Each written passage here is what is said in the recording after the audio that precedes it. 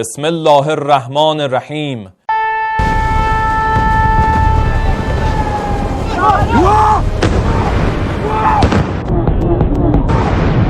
Dunyo siyosatini biz bilan faol kuzatib borayotgan tomoshabinlarga assalomu alaykum. Eron AQSh to'qnashuvi yangi bosqichda. Arofiy sionistlar davri tugaydi dedi. Isroil shaharlari zarba ostida. Dubay vahimada. Eron zarbalari fonida Muhammad bin Rashid Al Maktum davrining eng og'ir kechasi. AQSh amerikaliklarning o'limi uchun qasos oladi. Tramp. Dushmanlarni umidsizlikka tushiramiz. Pezeshkion xalqqa murojaat qildi. Britaniya Eronga qarshi strategik front ochdimi? Starmerning eng keskin bayonoti. Eron, AQSh va Isroil urushi ochiq harbiy to'qnashuv bosqichiga kirib, mojaro endi nazorat qilinadigan eskalatsiya chegarasidan chiqib ketdi. Bir necha soat ichida sodir bo'lgan voqealar front chizig'i kengayib, raketa, dron va ballistik zarbalar bir vaqtning o'zida bir nechta davlat hududida amalga oshirilayotganini ko'rsatdi. Harbiy signal aniq, tomonlar ortga qaytish emas, balki bosimni maksimal darajaga yetkazish yo'lini tanlamoqda. Eron diniy doiralari ham bevosita urush ritorikasiga qo'shildi. Oyatulloh Ali Rizo Arofiy ijtimoiy tarmoqlarda joylashtirilgan video murojaatida Isroilga tungi zarba berilishiga ochiq ishora qildi. Oradan ko'p o'tmay uning tahdid amaliy harakatlarga aylandi. Eron Isroil hududiga qarata kamida 37 ta raketa uchirdi. Zarbalarning eng og'iri Quddus yaqinidagi Bayt Shemesh shahriga to'g'ri keldi. Ballistik raketalar turar joy hududlariga urilib, binolar vayron bo'ldi. Boshpanalardan biri to'g'ridan-to'g'ri zarba ostida qoldi. So'nggi ma'lumotlar ko'ra undan ortiq odam jarohat olgan. Shahar infratuzilmasi jiddiy zarar ko'rgan. Quddus atrofida portlashlar ketma-ketligi Isroil havo mudofaasi tizimlari maksimal rejimda ishlayotganini ko'rsatadi. Eron zarbalari faqat Isroil bilan cheklanib qolmadi. Hayfa port shahri nishonga olindi. Oradan bir necha daqiqa o'tib, Tel Aviv yana raketa hujumiga uchradi. Shahar osmonida tutib qoluvchi raketalar portlashi, sirenalar va ketma-ket zarbalar urushning intensiv fazaga o'tganini tasdiqladi. Zarbalardan keyingi Quddus manzarasi vayron bo'lgan uylar, yonayotgan avtomobillar va favqulodda xizmatlarning uzluksiz harakati bilan tavsiflanmoqda. Tehron harbiy rahbariyati ham ortga chekinish niyati yo'qligini ochiq bildirdi. Eron qurolli kuchlarining eng yuqori operativ shtabi mamlakat hech qachon Amerika bosim oldida tiz cho'kmasligini e'lon qildi. Bu bayonot urush endi mudofaa operatsiyasi emas, balki strategik qarshilik doktrinasi asosida olib borilayotganini anglatadi. Shu bilan birga mojaro yana bir frontga kengaydi. Eron dronlari Iroqning Erbil shahrida joylashgan AQSh harbiy bazasidagi o'q-dorilar omboriga kelib tushdi. Kuchli ikkilamchi portlashlar va yirik yong'in kuzatilgani haqida xabar berildi. Bu AQSh harbiy infratuzilmasiga to'g'ridan-to'g'ri zarba sifatida baholanmoqda va Washingtonning javob operatsiyalari ehtimolini keskin oshirdi. Dengiz frontida ham vaziyat keskinlashdi. Ummon ko'rfazida harakatlanayotgan Slide neft tankerida Eron hujumi ortidan yong'in yuzaga kelgani ma'lum qilindi. Energetika yo'laklarining nishonga olinishi urush endi iqtisodiy zarba strategiyasiga ham o'tayotganini anglatadi. Bu global neft bozori va dengiz savdosiga bevosita tahdid demakdir.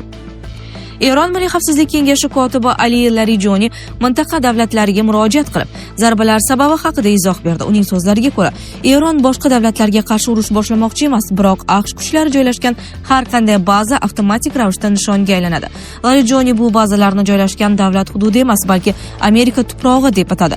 Bu bayonot amalda butun mintaqadagi AQSh harbiy obyektlari endi potensial frontga aylanganini bildiradi.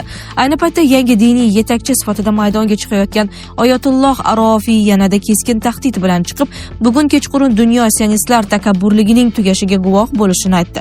Harbiy operatsiyalar bilan birga diniy ideologik ritorikaning kuchayishi urushni faqat geosiyosiy emas, balki mafkuraviy qarama-qarshilik darajasiga olib chiqmoqda. Erkaklar, e'tibor qiling. Agar sizni tez-tez peshob kelishi yoki pastki qorin sohasidagi noqulay og'riqlar bezovta qilayotgan bo'lsa, yechim mavjud. Sedanachi Muxtor milliy brendidan Prastamix. Turkiyalik tajribali urolog Yunus Tur tavsiyasiga asoslangan ushbu mahsulot Turkiya an'analari va zamonaviy yondashuv uyg'unligida ishlab chiqilgan. Tarkibida 17 xil shifobaxsh giyohdan iborat kuchli formula jamlangan bo'lib, ISO va halol sertifikatlariga ega. Sog'likni ertaga qoldirmang. Hoziroq qo'ng'iroq qiling. Prastamixni tanlang. O'zingizga bo'lgan ishonchni qaytaring. Dubay vahimada. Eron zarbalari fonida Muhammad bin Rashid Al Maktum davrining eng og'ir kechasi. Dubayda vaziyat keskin o'zgardi. Ijtimoiy tarmoqlarda tarqalgan videolarda oziq-ovqat do'konlari javonlari bo'shab borayotgani, odamlar zarur mahsulotlarni ommaviy ravishda sotib olayotgani aks etmoqda. Xaridorlar tanqislik sababi aniq emasligini aytmoqda. Ayrimlar bunga Ramazon kunlari, boshqalar esa davom etayotgan otishmalar va xavfsizlik xavotirlari sabab bo'layotganini taxmin qilmoqda. Ammo bir narsa aniq, aholi urush uzoq davom etishi mumkin degan qo'rquv bilan zaxira to'play boshlagan. Shahar xavfsizlik rejimiga o'tdi. Mahalliy tashkilotlarga, xodimlarga vaqtinchalik ta'til berish, imkon qadar ochiq joylarda harakatlanmaslik tavsiya etildi. Norasmiy ma'lumotlarga ko'ra, ayrim mehmonxonalarda turistlar xavfsizlik sabab boshqa hududlarga ko'chirila boshlagan. Bir necha yil davomida dunyoning eng xavfsiz metropollaridan biri sifatida tanilgan Dubay endi urush xavfini real his qilayotgan shaharga aylandi. Telegram asoschisi Durov ham vaziyat haqida fikr bildirib, statistik jihatdan Dubay hali ham Yevropaning ko'plab yirik shaharlariga qaraganda xavfsizroq ekanini aytdi. Biroq uning bu bayonoti ham yangi haqiqatni yashira olmadi. Raketa va dronlar tahdidi ostida qolgan shahar endi mutlaq xavfsizlik ramzi bo'lib qolmayapti. Harbiy zarbalar Birlashgan Arab Amirliklarining boshqa hududlariga ham yetib bordi. Sharjada savdo markaziga dron hujumi oqibatida yong'in kelib chiqdi.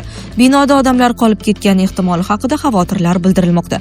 Bu hodisa urushning fuqarolik infratuzilmasiga ham tobora ko'proq ta'sir ko'rsatayotganini anglatadi.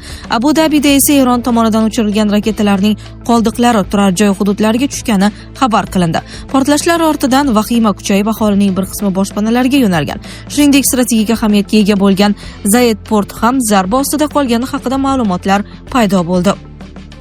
Bu port mintaqaning savdo va logistika markazlaridan biri bo'lgani sabab hujum iqtisodiy front ham ochilganini ko'rsatmoqda. Shu tariqa mojaro yangi ko'rinishga ega bo'ldi. Endi urush faqat harbiylar o'rtasidagi to'qnashuv emas, balki yirik iqtisodiy markazlar, turizm hududlari va oddiy fuqarolar hayotiga bevosita ta'sir qilayotgan keng qamrovli inqirozga aylandi. Fors ko'rfazi osmonida uchayotgan dronlar va tutib qoluvchi raketalar global savdo yo'llari, energetika xavfsizligi va xalqaro iqtisodiy tizimni xavf ostiga qo'ymoqda. Bugungi voqealar shuni ko'rsatadiki, Yaqin Sharqdagi urush geografik jihatdan kengayishda davom etmoqda. Kecha front chizig'i faqat bir necha davlat bilan chegaralangan bo'lsa, bugun u butun mintaqani qamrab olmoqda. Eng xavotirli tomoni esa mojaro hali eng yuqori nuqtasiga yetgani yo'qdek ko'rinmoqda. Har bir yangi zarba, har bir evakuatsiya va har bir bo'shab borayotgan do'kon javoni urush endi odamlarning kundalik hayotiga to'liq kirib kelganini anglatmoqda. AQSh amerikaliklarning o'limi uchun qasos oladi. Tramp. AQSh prezidenti Donald Tramp amerikalik harbiylarning halok bo'lishidan so'ng Oq uyda keskin murojaat bilan chiqib, Qo'shma Shtatlar o'z fuqarolarining o'limini javobsiz qoldirmasligini ma'lum qildi. Uning bayonotiga ko'ra, AQSh va ittifoqchi davlatlar Epic g'azab deb nomlangan keng ko'lamli harbiy operatsiyani boshlagan bo'lib, u zamonaviy harbiy tarixdagi eng kuchli zarbalardan biri sifatida baholanmoqda. Operatsiya doirasida yuzlab strategik nishonlar, jumladan Eronning havo hujumidan mudofaa tizimlari, dengizdagi 9 ta harbiy kema hamda Islom inqilobi qo'riqchilari korpusi bilan bog'liq obyektlarga yuqori aniqlikdagi zarbalar berilgani ta'kidlandi. Prezidentning so'zlariga ko'ra, bu operatsiya yakuniy maqsadlar to'liq bajarilmaguncha davom etadi va AQSh harbiy kuchlari zarbalarni kengaytirishga tayyor turibdi. Avvalroq Pentagon 3 nafar amerikalik askarning halok bo'lganini tasdiqlagan edi. Tramp ular vatan uchun jon bergan haqiqiy qahramonlar ekanini aytib, ehtimoliy yangi yo'qotishlar xavfi mavjud bo'lsa-da, harbiylar buni minimallashtirish uchun barcha choralarni ko'rayotganini bildirdi hamda ularning qoni albatta javobsiz qolmasligini urg'uladi. Murojaatda Eronning yadroviy qurolga ega bo'lishi ehtimoli AQSh milliy xavfsizligi uchun bevosita tahdid sifatida ko'rsatildi va Washington bunga hech qachon yo'l qo'ymasligini qat'iy ta'kidladi. Tramp Eron rahbariyatini yarim asr davomida Amerikaga qarshi dushmanlik siyosatini olib borganlikda ayblab, Tehronni dunyodagi eng yirik terrorizm homiylaridan biri deb atadi. Qo'shma Shtatlar har qanday tahdidga javob qaytarish uchun yetarli harbiy va siyosiy kuchga ekanini bildirdi. Shu bilan birga u Islom inqilobi qo'riqchilari korpusi va Eron xavfsizlik tuzilmalariga murojaat qilib, qurolni tashlash va qarshilikni to'xtatishga chaqirdi. Aks holda ularga nisbatan yanada og'ir zarbalar berilishi va bu jarayon halokatli oqibatlarga olib kelishi mumkinligi haqida ogohlantirdi. Dushmanlarni umidsizlikka tushiramiz. Pezeshkion xalqqa murojaat qildi. Eron prezidenti Masud Pezeshkian AQSh-Isroil hujumlaridan keyin ilk bor jamoatchilik oldiga chiqib, davlat televideniyasi orqali video murojaat bilan chiqish qildi. Murojaatda u mamlakatda tuzilgan 3 a'zolik muvaqqat rahbarlar kengashi bugundan boshlab o'z vazifalarini rasman bajarishni boshlaganini ma'lum qildi. Ushbu kengash oliy rahbar vakolatlarini yangi rahbar saylanguniga qadar amalga oshiradi. Pezeshkian o'z chiqishida Eron armiyasi AQSh va Isroil tomonidan amalga oshirilgan hujumlarga javob qaytarishda davom etishini ta'kidladi. U mamlakat xavfsizligi va suverenitetini himoya qilish davlatning ustuvor vazifasi ekanini qayd etdi. Ma'lumotlarga ko'ra, oliy rahbar Ali Xamenei Isroil AQSh hujumida nishonga olinganidan keyin mamlakat konstitutsiyasiga muvofiq 3 nafardan iborat muvaqqat rahbariyat kengashi shakllantirilgan. Kengash davlat rahbarining asosiy vakolatlarini vaqtincha bajaradi. Eronning yangi oliy rahbarini esa 88 nafar diniy ulamodan iborat ekspertlar assembleyasi saylaydi.